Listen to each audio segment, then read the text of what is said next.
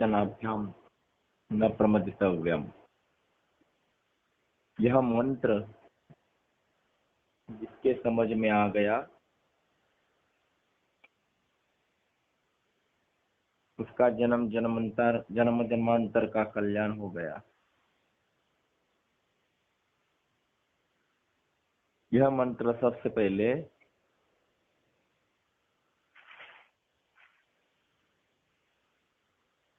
पच्चीस 25,000 साल पहले, जिन्हें फादर ऑफ इंडियन फिलोसोफर कहते हैं, योगेश्वर याज्ञवल्क्य, इन्होंने तैत्तरीय उपनिषद में इसका वर्णन किया है।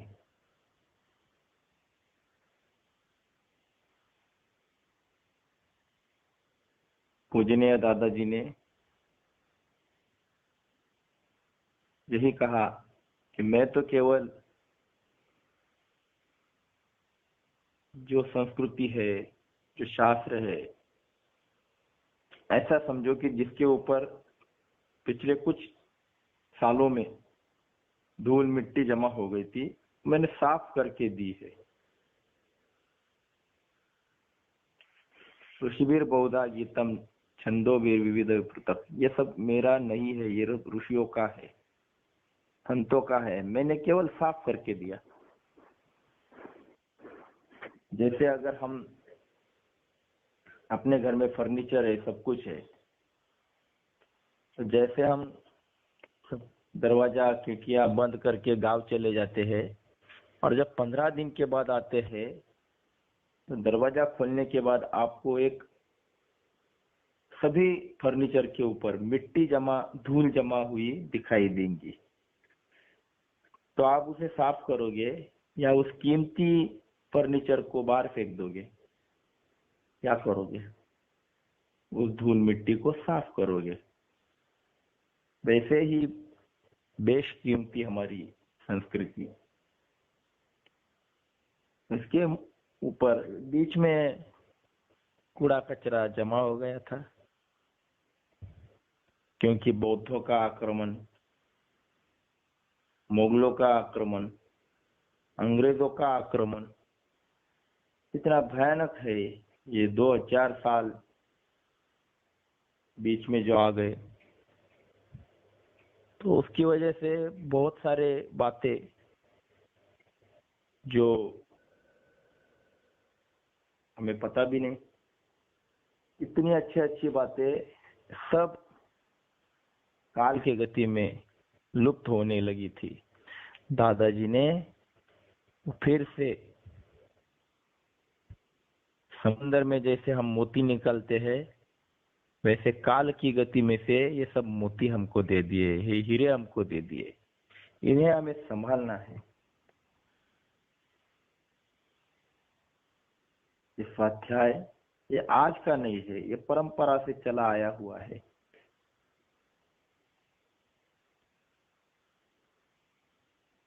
संत ऋषि मुनि इन्होंने भी स्वाध्याय समझाने की कोशिश की है समाज में। स्वाध्याय यानी स्व का अभ्यास। मुझे मेरा खुद का अभ्यास करना है। मैं दिन भर बोलता रहता हूँ, किसकी शक्ति से बोल रहा हूँ? मेरा मुंह कभी सूखता नहीं है, मेरी जीवा का पानी सतत चालू है। ये जो पानी है ये किसने नल लगा के रखा है कि मेरी जीवा सूखती ही नहीं है? अगर सूख जाएगी तो बात नहीं कर पाएंगे आप।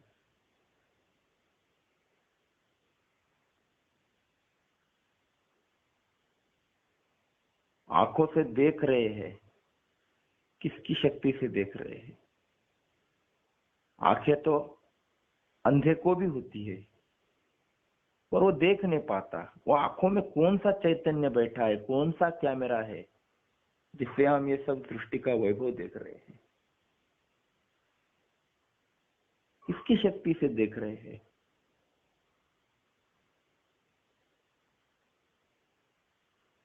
हार्ट जो है 100 साल तक बिना चाबी, बिना सेल के चल रहा है, टक टक टक जो बजता है अंदर, किसकी शक्ति है जो चल रहा है? जब सो रहे थे तो हमारी तो कुछ भी उसमें शक्ति नहीं थी, हम तो सो गए। तो फिर किसने चलाया? सोने के बाद हार्ट किसने चला कर रखा? एक 5 मिनट अगर हार्ट की क्रिया रुक जाती है तो आदमी डेढ़ मर गया। 2 मिनट सांस रुक जाती है तो राम नाम सत्य है, किसने सांस चलाई? नीचे से पैर से अंगूठे से लेकर सर तक जो खून बह रहा है गुरुत्वाकर्षण नियम से उल्टा, ये कौन कौन इसको घुमा रहा है शरीर में? शुगर हमारी 80 से 120 के बीच में चाहिए, ये किसने नियंत्रित की है? कम हुई तो तकलीफ, ज्यादा हुई तो तकलीफ, तो फिर नियंत्रण किसका है? हमारा है। हमारा ब्लड प्रेशर 70-110 तक चाहिए, किसने नियंत्रित रखा है? हमारे अंदर शक्ति है। हमारे 99% जो कार्य चल रहे हैं अंदर, किसी के ऊपर हमारा कंट्रोल नहीं है, तो फिर कंट्रोल किसका है? जिसका है उसी शक्ति को हम भगवान कहते हैं। उस भगवान की कृतज्ञता व्यक्त करना है कि भगवान तू इतना मेरे लिए कर रहा है, तो मेरा फर्ज नहीं है उसको थैंक्स कहने का। अरे किसी ने 100-500 रुपए क्या दे दिए, हम जीवन भर ऋणी रहते हैं, कहते हैं कितना आभार कितना व्यक्त करूं मैं कि आपने समय पर मुझे मदद की है। और यहाँ पूरी जिंदगी भर हमारा भगवान मदद कर रहा है। क्या इतनी भी खानदानी है? खानदानी नहीं है कि हम उसको कृतज्ञ रहे, हम उसके कृतज्ञ रहे। इसलिए स्वाध्याय करना है। बाबा जी ने कहा कि स्वाध्याय करना है। स्वाध्याय एक कृतज्ञता है। जो स्वाध्याय करेगा, जो भगवान के प्रति कृतज्ञ रहेगा, वो समझो भगवान के रास्ते पर चलने वाला मानव है। सब भगवत गीता में समझाया। दादाजी कहते ये मेरा कुछ नहीं है, मैं तो केवल उसके ऊपर की धूल साफ किया और आपके सामने साफ करके दिया कि देखो ये स्वाध्याय था, ये आपको करना है।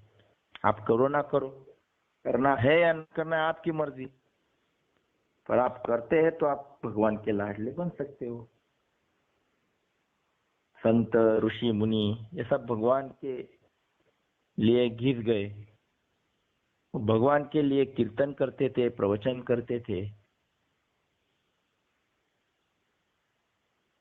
उनका बोलना, चलना, फिरना, घूमना सब भगवान के लिए था। वो ये देखते नहीं थे कभी कि मेरा कितने लोग सुन रहे हैं। मैं जो लोगों को समझा रहा हूँ, संत तुकाराम वो तो घर घर में बोलने जाते थे, देव क्या देव क्या देव क्या फूका न लागे रुका। मतलब अरे भाई भगवान का नाम लो, उसका नाम लेने के लिए पैसा नहीं लगता।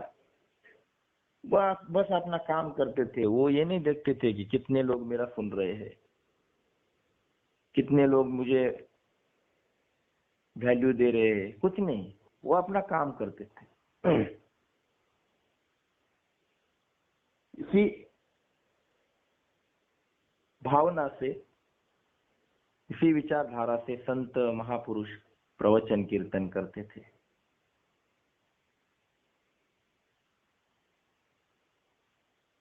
एक दिन क्या हुआ, संत तुकाराम महाराज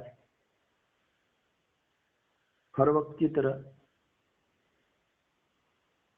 कीर्तन करने एक गांव गए थे। गांव के लोगों ने आमंत्रित किया था। उन्होंने तुकाराम महाराज की कीर्ति सुनी थी। महाराज बहुत बढ़िया प्रवचन, एक कीर्तन प्रवचन करते हैं, तो उनको बुलाया जाए। तो आ गए। अब पूरा गांव, अब साक्षात संत महात्मा जब आते हैं तो गांव ही आएगा दर्शन के लिए, पूरा की सब गांव सभी भीड़ जमा हो गई, बहुत गर्दी, बैठने को जगह नहीं। महाराज का अभी कीर्तन चालू होने वाला था। अब लोगों में एक उत्साह था, उत्सुकता थी कि कीर्तन बहुत बढ़िया होगा। तो उन्होंने महाराज से कहा, लोग महाराज से बोलने लगे कि महाराज आज का कीर्तन बहुत बढ़िया होना चाहिए, सारे लोग इकट्ठा हुए हैं, आपका बहुत नाम सुना है, कीर्तन इतना बढ़िया होना चाहिए कि बस मजा आना चाहिए, खुश हो जाने चाहिए हम सब। अब तो कीर्तन बढ़िया होना चाहिए, तो ठीक है। तुकाराम महाराज ने कहा तो फिर आज बढ़िया कीर्तन करूंगा मैं, बहुत मजा आएगा, आज तक कभी मजा नहीं आया, इतना मजा आएगा। तो उन्होंने कीर्तन शुरू किया। अब वो भगवान का नाम लेने लगे, वो पांडुरंग पांडुरंग पांडुरंग, भगवान का नाम लेने लगे, विठ्ठल विठ्ठल विठ्ठल, पांडुरंग विठ्ठल, ये भगवान का नाम शुरू कर दिया। अब 2 मिनट हो गए, 5 मिनट हो गए, 10 मिनट हो गए, उनका पांडुरंग पांडुरंग कुछ खत्म ही हो नहीं रहा था। ये सुनकर भीड़ में से बहुत सारे लोग अब घर भागने लगे, ये तो पांडुरंग के आगे चल ही नहीं रहे हैं। फिर 15 मिनट हो गए, पांडुरंग पांडुरंग पांडुरंग, वो तो नाचने लगे। संत तुकाराम महाराज नाम लेते लेते नाचने लगे। फिर से पांडुरंग पांडुरंग, लोग पक गए, भाई ये पांडुरंग के आगे कुछ है कि नहीं है। और लोग पीछे भागने लगे घर पे, या अभी ये बोर कर रहे हैं जो चलो। तो ऐसा करते करते आधा घंटा हो गया, पर इनका पांडुरंग कोई खत्म ही नहीं हुआ। वो इतना मग्न हो गए पांडुरंग का नाम लेने, भगवान का नाम लेते हुए इतना मग्न हो गए कि उनको पता ही नहीं चला कि आगे कोई है या नहीं है। सारे लोग गायब हो चुके थे। अब कितनी देर तक सुनेंगे पांडुरंग पांडुरंग, लोग सारे के सारे भाग गए। फिर और कुछ देर वो जो उसमें मग्न हुए थे, उसके बाद उनका ध्यान टूट गया और फिर उनका कीर्तन खत्म हो गया। पांडुरंग पांडुरंग नाम ले लेकर वो इतना खुश हो गए दिल से, उनको मजा आ गया। क्योंकि वो कहते हैं कि बढ़िया कीर्तन चाहिए तो मेरे पांडुरंग के नाम से और बढ़िया क्या हो सकता है। आपको मजा ही चाहिए तो मेरे पांडुरंग के नाम में जो मजा है वो दूसरे किसी में नहीं है। तो उन्होंने तो वो किया, पर सामने वाले वो तो निकल गए, क्योंकि उनके बस की बात नहीं थी पांडुरंग को समझना। तो सामने जब देखा तो एक भी आदमी नहीं, सिर्फ एक आदमी सामने खड़ा था, एक ही आदमी खड़ा था। और तुकाराम महाराज ने कहा, अरे वाह क्या बात है, कोई भी नहीं, तुम अकेले। अच्छा, लगता है मेरा कीर्तन तुझे बहुत पसंद आ गया है। उसने कहा, नहीं महाराज ऐसा नहीं है। वो बहुत दीनता से बोलने लगा कि कब से घर जाना चाहता था, पर आपके पैरों के नीचे मेरी चादर अटकी है, इसलिए रुका हूँ। तो महाराज ने कहा, कोई बात नहीं। तो ये जो संत महात्मा महापुरुष, ये जो भी वो भगवान के लिए कीर्तन करते थे, लोगों को अच्छा लगे या ना लगे, लोगों के मनोरंजन के लिए, लोगों को खुश करने के लिए कथा कहानियां या मनोरंजन नहीं करते थे। वो तो भगवान को क्या अच्छा लगता है वही समझाते थे।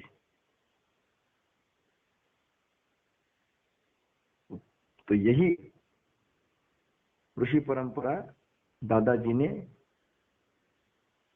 खुद स्वीकार की और हम सभी स्वाध्याय को सिखाई। संत नामदेव महाराज कीर्तन करते थे तो साक्षात भगवान विठ्ठल पांडुरंग उनका कीर्तन सुनते थे। नामदेव कीर्तन करे समोर नाचे पांडुरंग, भगवान नाचता था उनके कीर्तन प्रवचन में, इतना वो तल्लीन हो जाते थे। यही दादाजी ने हमें समझाया है कि काम करते हो भगवान का तो ऐसा काम करो कि भगवान ने नाचना चाहिए। कोई सुने या ना सुने, बस आप भगवान का काम शुरू कर दो। जो भी आपको आता है, जो जो अपना सिखावे तेते इतरांसी शिकवावे, जो आपको पता है वो सब दूसरों को सिखाओ। कोई माने या ना माने, आप अपना काम कर लो, अपने सर पर बोझ मत रखो कि मुझे ये सब मालूम है। तो मालूम है तो बांट दे दो, दूसरों को दे दो। यही दादाजी ने सिखाया है। उनकी रीति पद्धति से जो स्वाध्याय करते हैं उनका जीवन विकास निश्चित है। दादाजी कहते हैं हफ्ते में जो 168 घंटे है 168, उसमें से 167 तुम्हारे लिए यूज करो। तुम अपने लिए या अपने परिवार संसार के लिए इस्तेमाल करो, पर उसमें से 1 घंटा सातत्य से, नियमितता से भगवान की कृतज्ञता कहकर भगवान को दो। ऐसा 1 घंटा जो केवल भगवान का ही होगा, उसमें चोरी नहीं करूंगा। अपॉइंटमेंट विद गॉड, भगवान मेरी राह देख रहा है, मैं भगवान से मिलने जा रहा हूँ। और जब मैं वहां जाऊंगा तो ना मैं मांगने के लिए जाऊंगा, ना मैं तकरार रोने के लिए जाऊंगा, ना तकरार करूंगा, सिर्फ उसको थैंक्स कहने के लिए जाऊंगा। भगवान तूने सब कुछ दिया है। भगवान के भय से या भगवान के डर से नहीं जाऊंगा। नहीं गया तो कुछ हो गया तो इससे अच्छा है चलो जाता हूँ, ऐसा नहीं। भगवान के डर से नहीं, भय से नहीं, उसके प्यार से, उसके प्रेम समझकर मैं उस प्रेम से स्वाध्याय करूंगा। स्वाध्याय केंद्र के समय पर मैं सातत्य से जाऊंगा, नियमितता से जाऊंगा। ऐसे वक्त मेरे घर पे मेरे रिश्तेदार भी आ सकते हैं। तो दादाजी कहते हैं रिश्तेदार बड़े या भगवान बड़ा। जब स्वाध्याय केंद्र का समय होगा तब कितना भी नजदीक वाला दोस्त आए या मेरे रिश्तेदार आए, उनको कहना कि भाई तुम इसी जन्म में मेरे साथ हो, भगवान तो जन्म जन्म में साथ है। एक तो आप मेरे साथ चलो, नहीं तो 1 घंटा रुक जाओ। 1 घंटे की तो बात है, मैं जाकर आ जाता हूँ। ये बोलने की हिम्मत चाहिए, नहीं तो भगवान क्या है अगली बार जाएंगे, ऐसा नहीं चलेगा। यही तो परीक्षा है कि भगवान ने उनको भेजा कि तू मेरे लिए इनको छोड़ता है क्या। जो भगवत गीता है रणांगना में समझाई, वो हमारे लिए समझाइए कि हमारे जीवन में यही युद्ध होने वाले हैं। ऐसे में गीता ही तेरे काम आएगी। मैं करूं या ना करूं, अब क्या करूं, अब क्या नहीं करना चाहिए, ये जो सारे सवाल है इसका जवाब अर्जुन के माध्यम से भगवान ने हमें 5000 साल पहले ही दिया है गीता के गीता रूपी। तो ऐसे में हमें रिश्तेदारों को देखना है या भगवान को। मेरे भगवान से कोई बड़ा नहीं है, कोई भी आए मैं पहले स्वाध्याय को जाऊंगा। मेरा अगर बिजनेस है तो ऐसे ही वक्त जब समझो 7 बजे स्वाध्याय केंद्र है तो 6:45 बजे ही बहुत सारे कस्टमर चालू हो जाएंगे, बहुत भीड़ हो जाएगी, मेरा धंधा हो जाएगा। तब क्या करने का। अरे यही तो परीक्षा है कि भगवान ने ऐसे समय तेरे पास ग्राहक भेज दिए हैं। अब क्या करने का मुझे तय करना है, ये ग्राहक को देखना है या भगवान को देखना। ग्राहक तो रोज है, सुबह शाम है, पर मेरा भगवान जिसको नहीं छोड़ने का है, तो उस वक्त कितना भी सारा प्रलोभन आ जाए, मैं शटर बंद करके स्वाध्याय को जाऊंगा। नारायण की पूजा करो, लक्ष्मी अपने आप पीछे आएगी। मैं नारायण के लिए जाऊंगा, लक्ष्मी को तो आना ही आना है। इस सारा दादाजी ने हमारे जीवन में उतारा है कि तुझे छोड़ना सीखना है। स्वाध्याय केंद्र में जब बैठता हूँ तब मुझे सब कुछ छोड़ना है, बस भगवान मैं और तू दोनों, मैं तुझे मिलने आया हूँ बस, बाकी मुझे कुछ नहीं मालूम। ऐसा करेंगे तो मेरे जीवन में व्रत निष्ठा खड़ी हो जाएंगी। कोई मुझे स्वाध्याय केंद्र में बुलाने आए या ना आए, फिर भी मैं जाऊंगा ही। किसी दूसरे के लिए नहीं, स्वाध्याय स्वाध्याय खुद के जीवन विकास के लिए है, मैं जाऊंगा ही। पूजनीय दादाजी दुनिया में कहीं भी गए थे, स्वाध्याय के लिए कहीं भी जाते थे, समझाने के लिए, लोगों को भाव फेरी करने के लिए पूरी दुनिया में जाते थे, भगवत गीता के विचार देने के लिए। पर प्रत्येक रविवार को दुनिया में कहीं भी हो, पर प्रत्येक रविवार को 10 बजे 9 या 10 बजे 9 बजे 10 बजे जो प्रवचन शुरू होता था, दादाजी पाठशाला में आते ही थे, स्वाध्याय करते ही थे। पाठशाला एक ऐसी जगह है जहाँ दादाजी ने केवल भगवत गीता, वेद, उपनिषद ये ही विचार दिए हैं। भगवान व्यास मुनि को जो मान्य है वही विचारधारा वहां से दुनिया को दी है। उसका भी महत्व हम बाद में बताएंगे। तो वहां से पूजनीय दादाजी ने स्वाध्याय समझाया है। वो पाठशाला मतलब स्वाध्याय की गंगोत्री है, मुंबई में है। वो समय दादाजी ने कभी भी छुट्टी नहीं ली है। ऐसा नहीं कहा कि अरे मैं स्वाध्याय के लिए तो अमेरिका आया हूँ, मैं स्वाध्याय के लिए तो लंदन में आया हूँ, तो यहाँ क्या और वहाँ क्या। नहीं, स्थान का महत्व दादाजी ने समझाया है। कुछ भी हो, मैं पाठशाला में हाजिर ही रहूंगा। स्वाध्याय क्या है वो जी कर दिखाया है। एक बार ऐसा हुआ था कि बम्बई में बहुत मूसलाधार बारिश हो गई थी। इतनी जोर की बारिश हुई थी, 3-4 दिन सतत बारिश हुई थी। बहुत पुरानी बात है ये, बहुत समय पहले की बात है। तो पानी जो था कमर के ऊपर से बहने लगा था। पूरे बम्बई में, पूरी बम्बई पानी पानी हो गई थी। इतनी भयानक बारिश, इतना पानी। अब सहज है कि सबको लगेगा बाहर कौन निकलने वाला है, कौन आने वाला है। रविवार का दिन था, पाठशाला का समय हो रहा था। अब स्वाध्यायी लोग जो भी आते हैं रेगुलर, उनको लगा अब दादाजी भी नहीं आएंगे, इतने बारिश में थोड़ी कोई आएगा, और पानी इतना है कि कौन निकलेगा घर से बाहर, जाने दो अगली बार जाएंगे स्वाध्याय को। उस दिन दादाजी पानी में तैरते हुए पाठशाला में आ गए।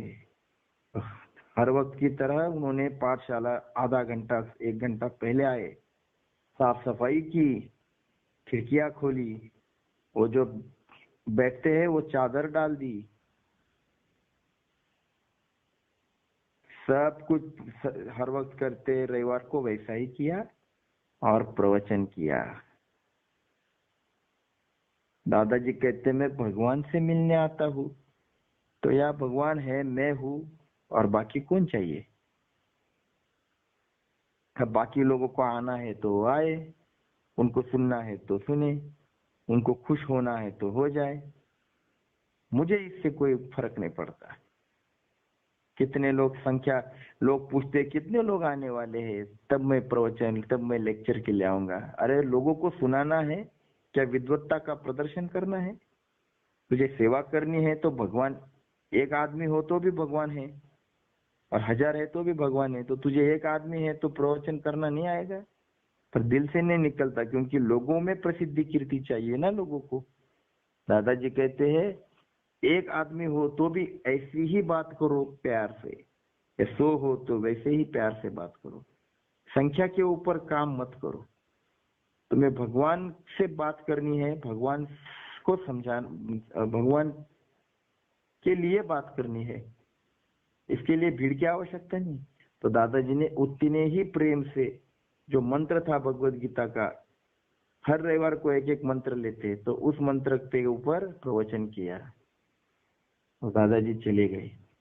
उसके अगले रविवार को जब लोग आ गए, पानी सब चला गया था, रोजमर्रा की जिंदगी चालू हो गई, और उसके अगले रविवार को जब सब लोग इकट्ठा हो गए पाठशाला में स्वाध्याय के लिए, तो दादाजी ने अगला मंत्र लेना चालू किया, उसके ऊपर प्रवचन। तो एक भाई ने कहा कि दादाजी वो पिछले रविवार का मंत्र रह गया है, पिछले रविवार तो कोई नहीं आया था, बहुत बारिश थी, तो वो मंत्र रह गया है, उसके ऊपर तो प्रवचन करना बाकी है। तब दादाजी ने कहा कोई नहीं आया था ऐसा कैसे, मैं आया था, भगवान यहाँ पर थे, तो प्रवचन तो उस मंत्र पर हो गया। तब जाकर लोगों को मालूम हुआ कि ऐसी प्रतिकूल परिस्थिति में भी दादाजी ने स्वाध्याय का समय छुट्टी नहीं ली। यह दादाजी ने खुद के जीवन से जीकर दिखाया है। इसी को तो व्रत निष्ठा कहते हैं। कि सब जगह छुट्टी चलेगी, पर भगवान के काम में, भगवान के समय में छुट्टी नहीं चलेगी। वही तो हमारी परीक्षा है कि ऐसे विपरीत परिस्थिति में, अनुकूल परिस्थिति में सुख आता है तब सभी लोग कुछ भी करेंगे भगवान के लिए, पर दुख आता है तब क्या करोगे? तब मैं रोता हूँ, भागता हूँ, या भगवान को दिया हुआ शब्द वचन को पालता हूँ? ये तो हमारी परीक्षा है। दादाजी ने जी कर दिखाया कि स्वाध्याय केंद्र का समय जब होता है तब हम स्वाध्याय केंद्र में ही हाजिर रहेंगे। दादाजी आधा घंटा, कम से कम आधा घंटा पहला आने को कहते, आते थे, वो तो खुद आते थे, हमें भी कहते हैं। नहीं होता है तो हम कहते चलो 15 मिनट तो आओ। इसका कारण ये है कि जब घर में फैन जो होता है वो चालू रहता है, उसका बटन बंद करो, वो तुरंत बंद होता है? वो नहीं होता है, वो घूमता ही रहता है, घूमता ही रहता है, फिर धीरे धीरे धीरे धीरे उसकी गति कम हो जाती है और वो बंद हो जाता है, पर उसको बंद होने में बहुत समय लगता है। उसी प्रकार हम दिन भर हमारे संसार का, हमारे समस्याओं का, हमारे सभी व्यवहार का फैन लेकर घूमते हैं। हमारे दिमाग में सतत चल रहा होता है स्वार्थ की बातें, स्वार्थ की बातें। ये फैन चालू है स्वार्थ का। और जब हम 7 बजे केंद्र है और जब हम 7 बजे आकर बैठेंगे तो ये जो स्वार्थ का फैन है वो तुरंत बंद नहीं होता है। हमारे दिमाग में वही बातें चालू हो जाती है। तो 1 घंटे में 15 मिनट तो हमारे ऐसे ही चले गए स्वार्थ की बातें भूलने समय। तो 15 मिनट तो हमारे फैन को बंद होने में लगते हैं, फिर हम जाके कहाँ स्थिर हो जाते हैं। इसलिए दादाजी कहते हैं कि वो फैन बंद करने के लिए पहले ही 15 मिनट आ जाओ, ताकि जब आप यहाँ आओगे तो आप धीरे धीरे धीरे धीरे स्थिर हो जाओगे और संपूर्ण 1 घंटा आप भगवान को दे दोगे। इसलिए हमें 15 मिनट पहले आना है। और आते हैं तो आप साफ सफाई करना है, चादर बिठानी है, ये सब काम तो होते ही है, ये तो हमारी ही है, क्योंकि स्वाध्याय केंद्र हमारा है, तो ये करना है। इसलिए 10-15 मिनट पहले आना है। इसलिए कोई आए ना आए, कोई मुझे बुलाए ना बुलाए, पर मैं स्वाध्याय केंद्र को जाऊंगा, मैं स्वाध्याय करूंगा, यह समझ मुझे आनी चाहिए। जिस रास्ते से संत ऋषि महापुरुष चले वो साफ सुथरा निर्मल रास्ता पूजने दादाजी ने हमारे सामने रखा है। हमें बस चलना है, भगवान का लाडला बनना है, तो यही एक रास्ता है। स्वाध्याय प्रवचनाभ्याम न प्रमदितव्यम। स्वाध्याय करने के लिए प्रमाद मत करो, स्वाध्यायन मा प्रमदा, आलस मत करो, प्रमाद मत करो। ऐसा पंथ एतत् कर्म है। यही एक और यही एक ही रास्ता है जो भगवान का लाड़ाला बनने का है और जो भगवान को समझने का है, भगवान का प्रेम प्रवाह समझने का है। ऐसा रास्ता हमें पूजनीय दादाजी ने दिया है। हमें बस एक ही काम करना है कि दादाजी जो जो आपने कहा है बस आंख बंद करके आपकी उंगली पकड़कर हमें चलना है। क्योंकि जब माँ बच्चे की उंगली पकड़ती है तो बच्चे को डर नहीं रहता है ये कहाँ ले जाएगी, वो बराबर सही जगह पे पहुंचा देगी। उसी प्रकार दादाजी हमने आपकी उंगली पकड़ी है, बिना सवाल, बिना शंका कुशंका, बस आपके उंगली पकड़कर हम बालक है चलेंगे। और हमें पता है कि दादाजी हमारी माँ है, वो हमें बराबर भगवान तक पहुंचा देगी और जो भगवान ने कहा है उस रास्ते से चलाना सिखाएगी। तो पूजनीय दादाजी को जोहार वंदन करते हैं, नमस्कार करते हैं और आज हम यही रुक जाते हैं। जय योगेश्वर।